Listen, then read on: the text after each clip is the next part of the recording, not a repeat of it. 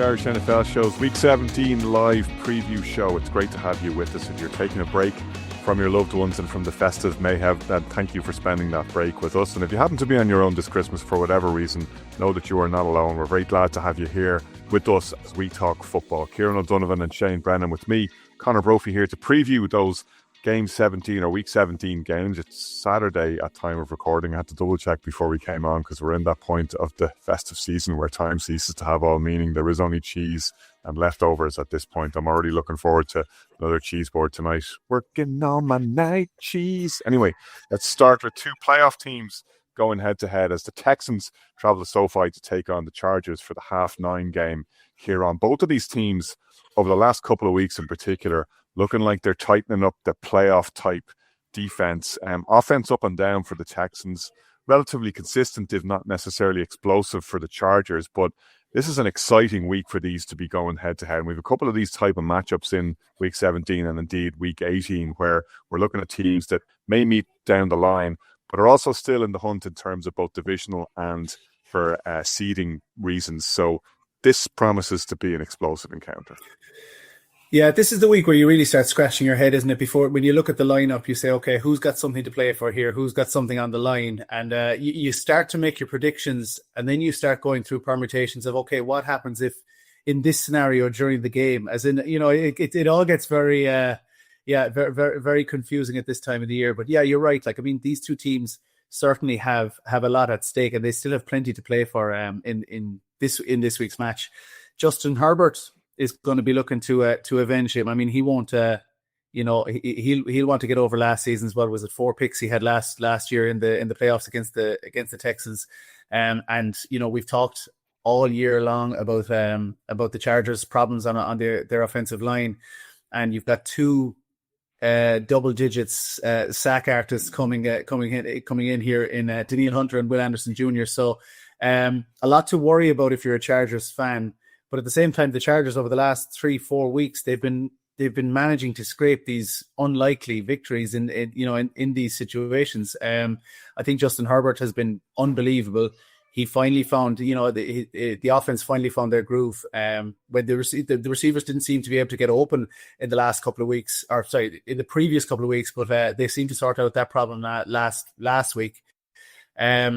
But again, this pass rush that's coming from the Texans is just something to rattle the bones if you're Justin Herbert. So the thing that worries me about this, if you're a Chargers fan, is what happens in this game, in mid-game, if Justin Herbert is looking like there might be a fear for his safety.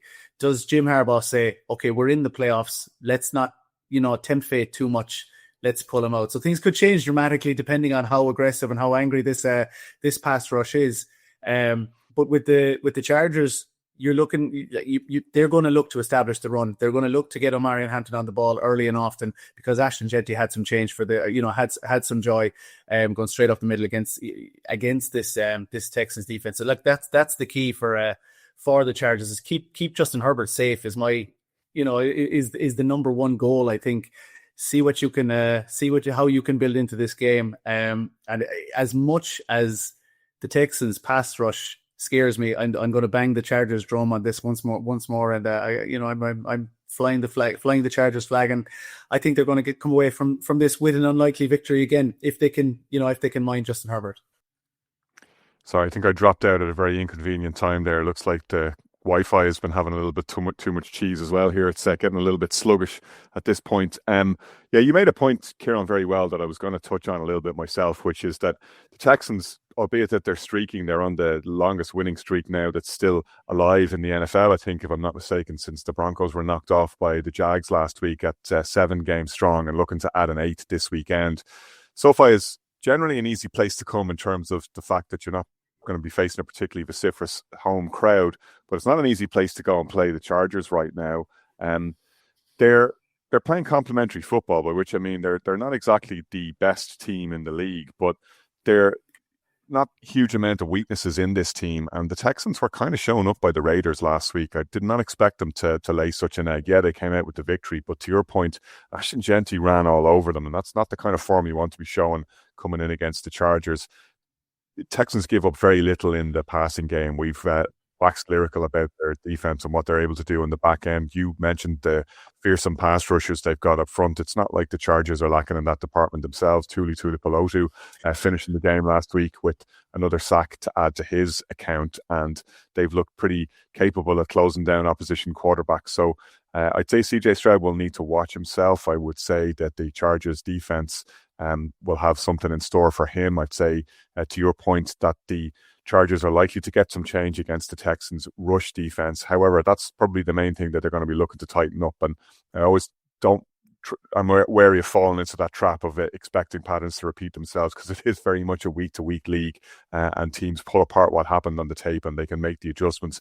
I do think, although the Texans are underdogs in this game, that the Chargers are not the team that's going to rob them of their winning streak. The Texans are, as we've seen over the last couple of weeks, I think we were talking about last week too, a team that tends to come good at this time of year.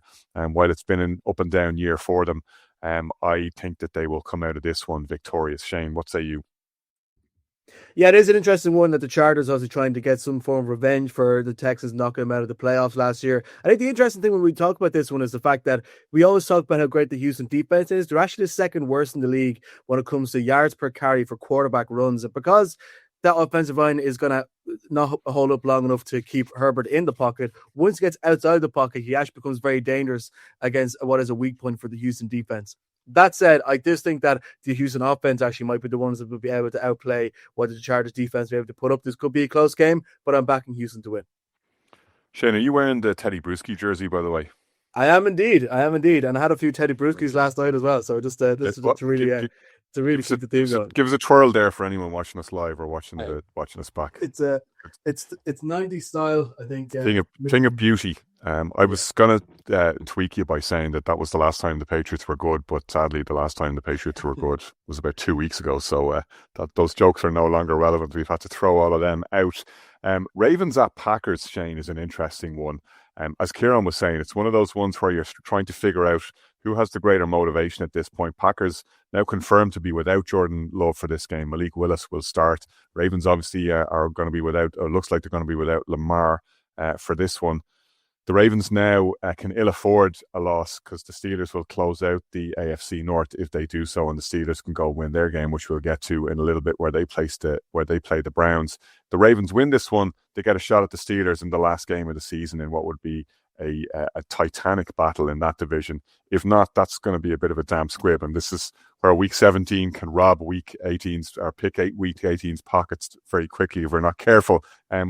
Without further ado, though, on the Ravens on this trip to Lambeau, can they overturn the odds, or will it be the Packers who come out with the win? I love the phrase to use, overturn the odds, because I think turnovers is a big part of why I think the Ravens might come in with strong play, but will come in with being weak in key moments. We saw that against the Patriots last week, a game that the Patriots had no right to win, but the Ravens had another late fourth quarter class, as we've seen consistently happen over the last 3 or 4 years. That is why there's all this talk around Harbaugh and his future as well, because it's just become a big part of what we can expect now from the Baltimore Ravens experience.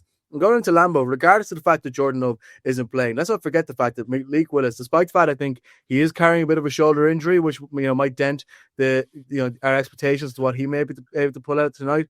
But he was still 9 of 11, 121 yards on a touchdown last week against the Bears, 44 rush yards, and a quarterback rating of above 140. So that's still an efficient guy to try and play against, to try and plan defensively against.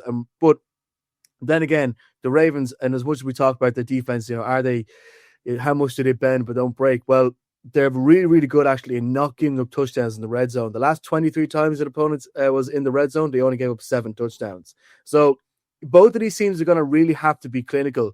I don't think there's going to be a huge amount of opportunities to actually score here, even if both teams trade periods of the game where they get chunks of yards. And that is where I think the Ravens fall back a bit. We've seen so many times where a ridiculous play was thrown. There was a David Andrews one against the Patriots when he sort of was on the ground and he threw it across. Now the play ended up being caught dead, but there's a lot of these moments. We saw it against the Bengals a couple of times as well. But there's something about playing in prime time is the Ravens try to pull out these things which are just impossible to do, and then they end up giving the ball away at stupid moments. And of course, as I say, likely letting the ball drop a couple of times. DeAndre Hopkins Is sometimes when he gets out of coverage, is he really getting the most out of the plays he's getting? There's too many little things wrong with the Ravens when it comes to the moments when they have to be clinical that makes it we talked about Derrick Henry's bizarre and unfortunate habit of fumbling in key moments in key games. That's it as well. But then at the same time, even though he's the most efficient person that they use, that they have there sometimes, they don't actually put him on the field or give him enough of the ball. So like they try to rely on a pass game, which isn't efficient and has too many drops. Derrick Henry, yes, as also building up that sort of habit. But even in moments when it's quite clearly he's the guy, give him the ball more, as was the case against the Bengals and against the Patriots the last 2 times they played in prime time. They just didn't give it to him. It went up with a completely different game plan that didn't work. So for all those reasons, I just don't trust the Ravens to go in an absolutely gotta have it game in Green Bay, in Lambeau. If this was in Baltimore, I might be viewing this a little bit differently. And look, the Packers aren't without motivation, but they also aren't without flaws, as I'm sure Kieran will touch on there. But I just don't trust the Ravens to be clinical enough to actually get the victory here. They could go like 10 points up in the first half and still find a way to bin this, and I expect that they will. I'm going with the Packers to win here. Kieran, I think it was you who said in the chat, it's funny how the NFL sometimes makes strange bedfellows. Aaron Rodgers ends up sending the Bears to the playoffs, and the Vikings end up sending the Packers to the playoffs by beating the Lions. So the Packers are safe. It doesn't appear that they're going to massively change their seeding.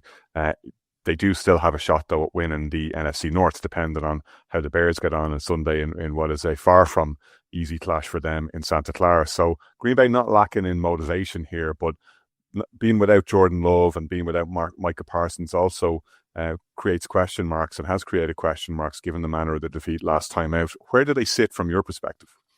Well, you mentioned the Vikings and the Lions giving them a hand. Now they can send Aaron Rodgers and the Steelers to the playoffs by beating the Ravens. So that'll be a full circle job. Look, I have to agree with everything that Shane said about the Ravens. First off, it's as good and as talented as they've been, and I've been, I waxing lyrical about them over the last 2 seasons, but they've consistently disappointed every time you thought, okay, now we're going to see the real Ravens. Now we're going to see the real Ravens, and it's just never clicked into gear. And at times, it just feels like they've gone against the grain and they've done what's not what you don't expect them to do, as opposed to playing the hot hand. Be that Derrick Henry when he's on a roll, or the receivers, or Lamar Jackson carrying the ball. We don't know what kind of a Lamar Jackson we're going to get.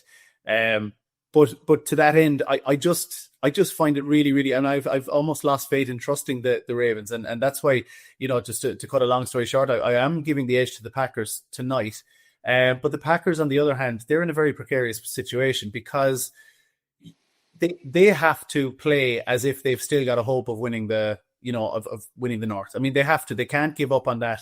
Even though I think it's highly unlikely that the Bears drop 2 games. I think they might lose to the 49ers, but the permutations are weird now, right? Because had the Lions had something to play for in the last game of the season, you would have said that's more of a 50-50 game. You now don't particularly see the Lions relishing a trip to Soldier Field when they're done and dusted.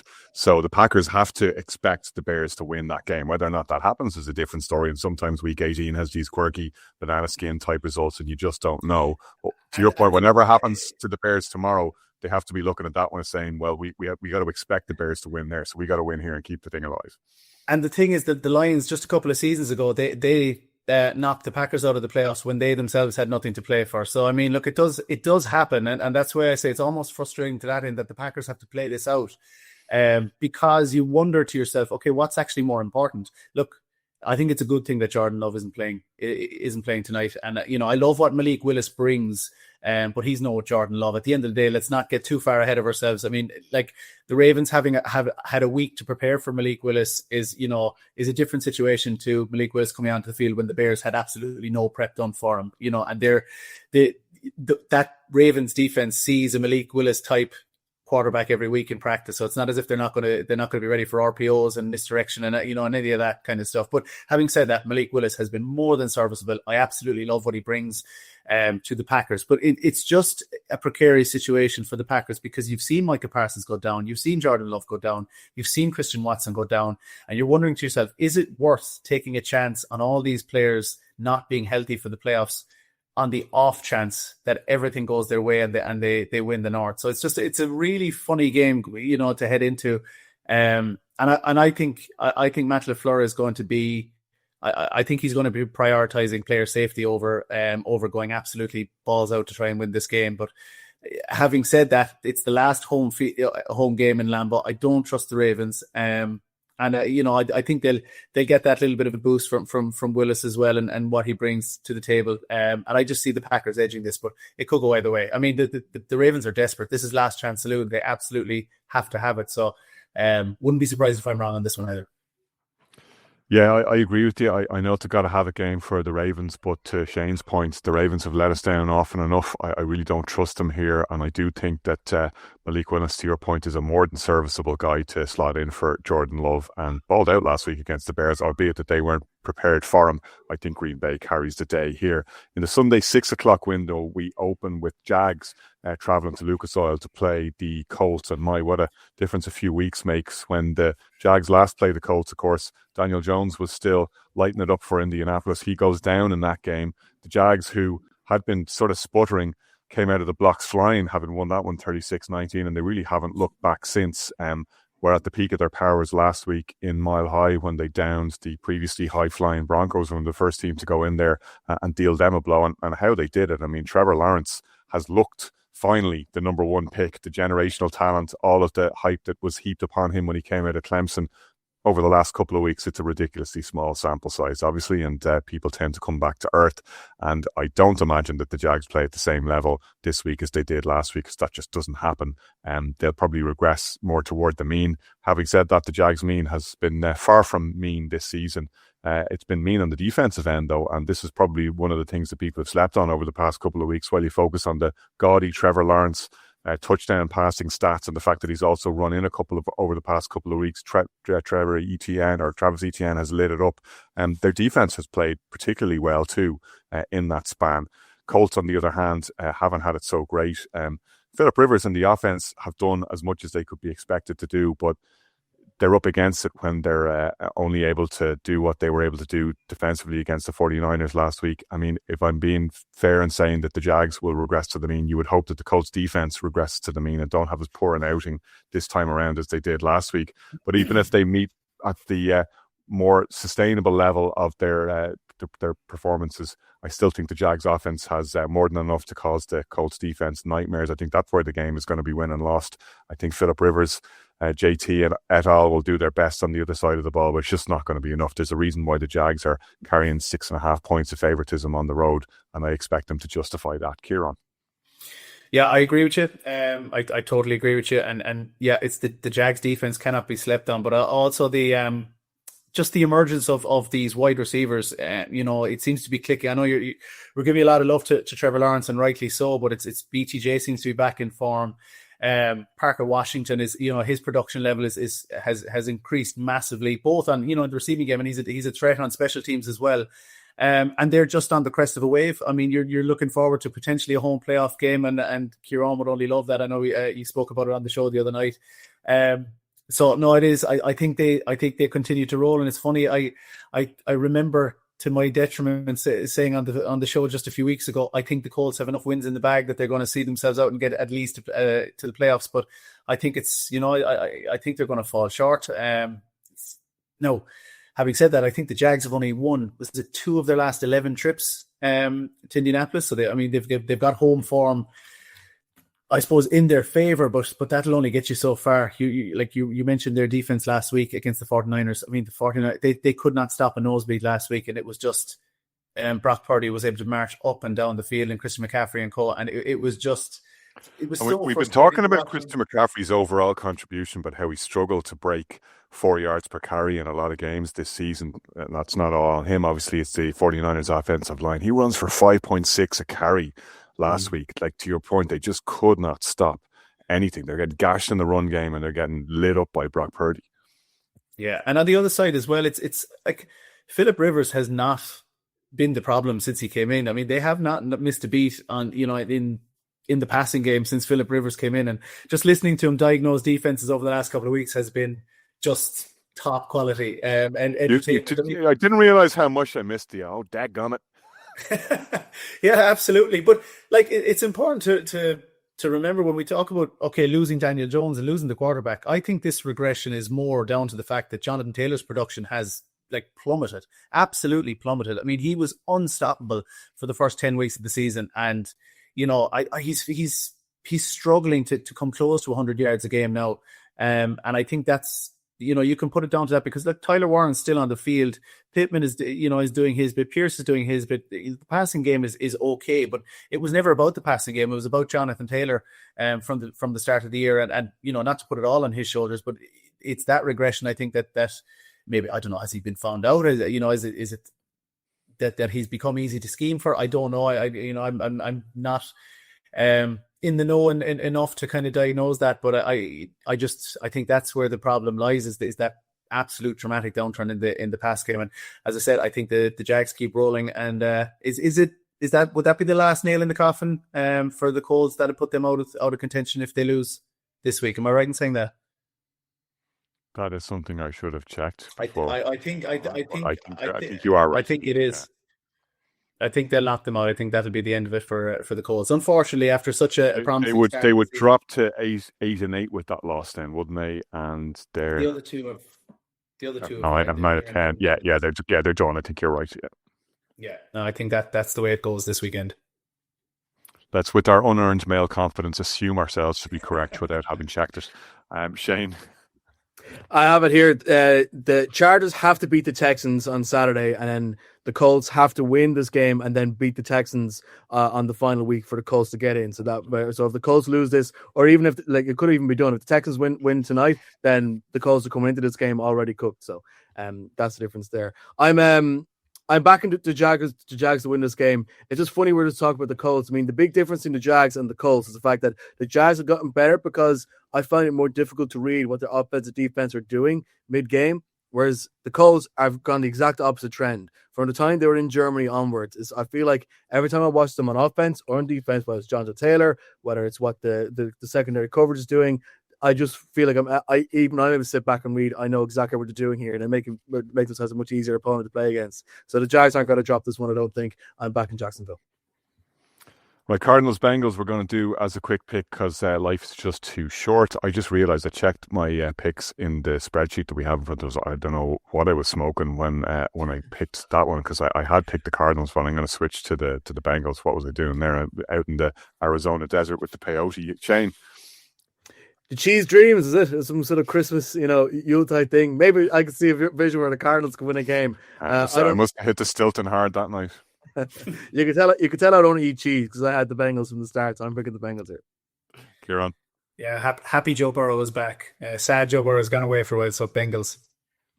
He got his teammates, he got his offensive line fossils for Christmas. See that? If anyone watched the Netflix series, quarterback Joe Burrow has a big thing for fossils because they're millions of years old. Wow, Joe, I never thought about it that way.